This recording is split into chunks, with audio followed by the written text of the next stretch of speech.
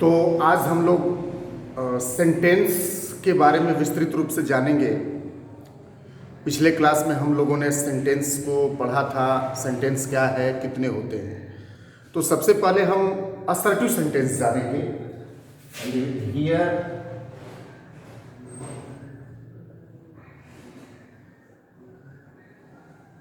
Assertive sentence, इसको हिंदी में हम लोग कथनात्मक वाक्य कहते हैं।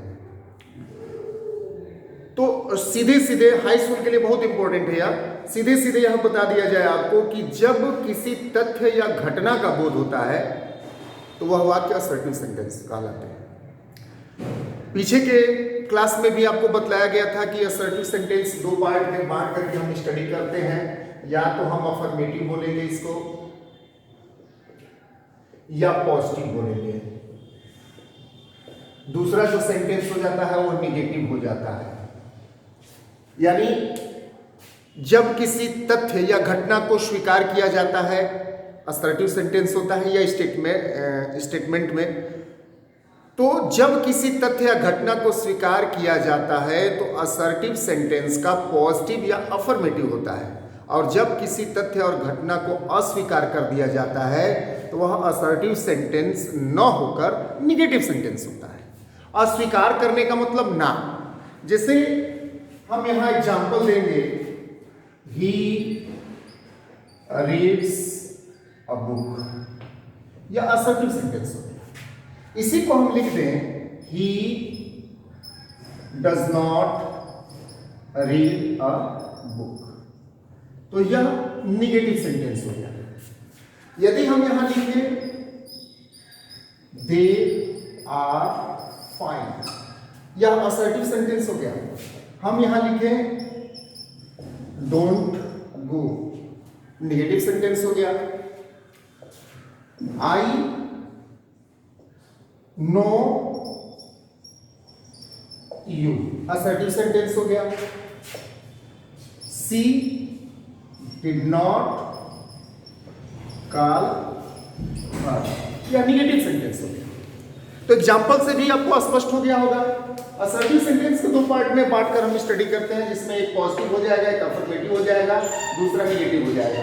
यहां पर ही reads a book, they are fine, I know you, assertive में आ गया। He does not read a book, don't go, she did not call her, तो असर्टिव सेंटेंस, निगेटिव सेंटेंस हो गया। तो असर्टिव सेंटेंस, इसी को हम लोग डिक्लेरेटिव सेंटेंस या स्टेटमेंट सेंटेंस बोलते हैं, जिसको हम दो पार्ट में बांटकर स्टडी किए। अब दूसरा जो सेंटेंस था उसके बारे में हम जानेंगे, वह था इंट्रोगेटिव सेंटेंस।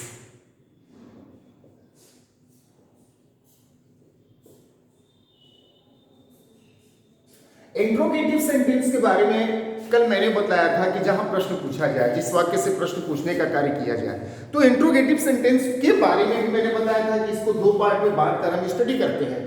एक यस नो क्वेश्चन,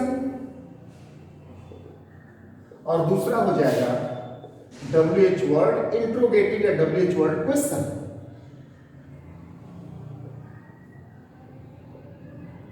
इसको हम लोग सिंपल इंट्रोगेटिव भी बोलते हैं,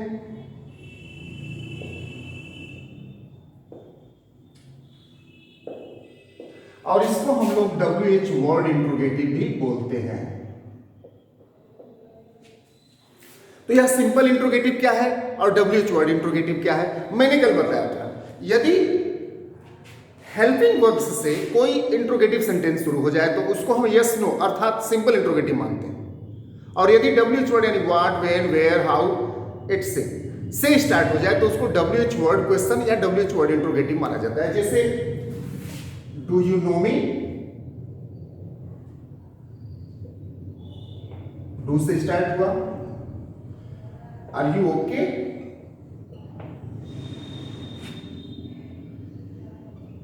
कैन आई हेल्प यू, ये सब सिंपल अर्थात यस नो क्वेश्चन में आता है। यस नो क्वेश्चन यानी सिंपल इंट्रोगेटिव। यदि कहिए व्हाट्स योर नेम यानी व्हाट इज योर नेम, इसको WH वर्ड क्वेश्चन या WH वर्ड इंट्रोगेटिव कहा जाता है। हाउ आर यू,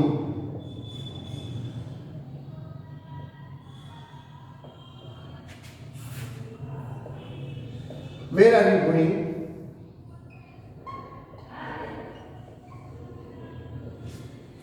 ये WH वर्ड इंट्रोगेटिव या WH वर्ड क्वेश्चन हो गया। तो ये इंट्रोगेटिव सेंटेंस हो गया जिसको दो पार्ट में डिवाइड करके हमने स्टडी किया।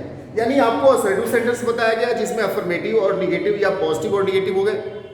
अब दूसरा हो गया इंट्रोगेटिव सेंटेंस जिसमें हम यस नो क्वेश्चन या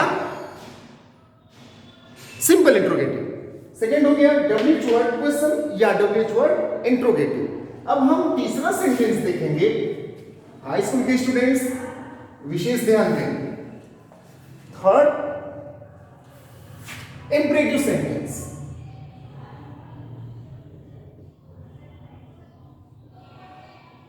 मैंने कल बताया, पिछले क्लास में बताया गया था आपको, order, command, request, suggestion etcetera.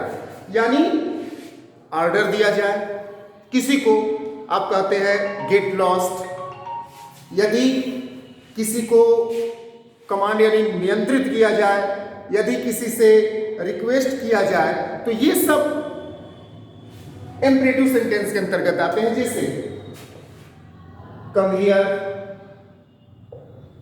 Sit down, please help me, please come. ये इंपरेटिव सेंटेंस में हो गया। नेक्स्ट सेंटेंस होता है, मैंने पिछले क्लास में बताया था, एक एक चीज को क्लियर किया जा रहा है। जहां कहीं भी दिक्कत हो आप कांटेक्ट कीजिए।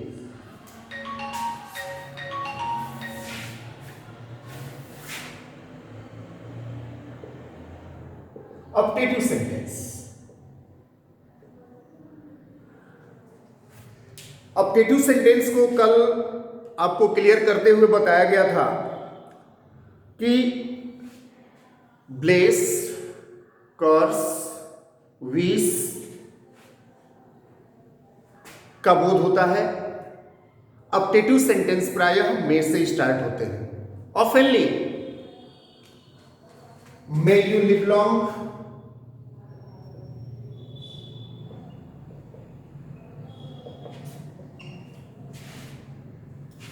may you die soon. These are optative sentence, आशीर्वादात्मक। जो लास्ट सेंटेंस होता है एक्सक्लामेटरी होता है।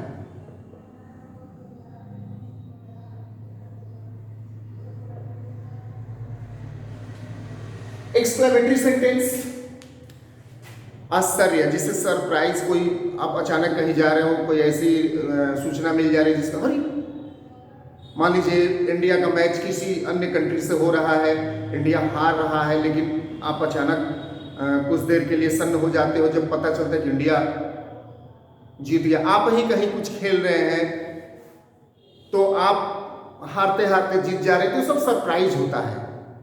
जैसे मैंने पिछले क्लास में ही बताया था कि एलास, आ, ओ, हुर्रा ऐसे शब्दों से एक्सक्लामेटरी सेंटेंस की शुरुआत होती है। लेकिन कहीं कहीं व्हाट और हाउ से भी एक्सक्लामेटरी सेंटेंस की शुरुआत होती है। जैसे hurrah, we have won the match. यदि व्हाट हाउ से एक सेंटेंस बहुत ज्यादा चला, व्हाट एन आइडिया,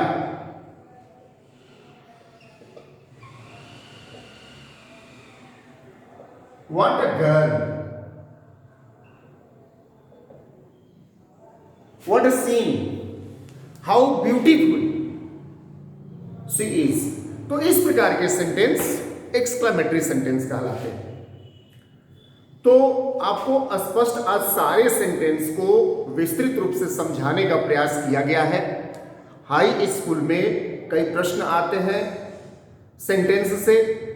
पार्ट्स भी कल बतलाया गया था, जो दो पार्ट्स में डिवाइड होते हैं, सब्जेक्ट और प्रेडिकेट में। आज जो कुछ भी बताया गया है, यदि आपको कहीं दिक्कत होता है तो विद्यालय के द्वारा, संस्थान के द्वारा दिए गए नंबरों पर आप कांटेक्ट करेंगे, आपको सारे सॉल्यूशन मिलेंगे। एक बार फिर अगले क्लास तक के लिए आप लोगों को होमवर्क यही दिया जा रहा है कि आप सेंटेंस को पूरी तरह से कंठस्थ कर लीजिए, उसके काइंड्स को, उसके पार्ट्स को। Stay home, be safe. Thank you.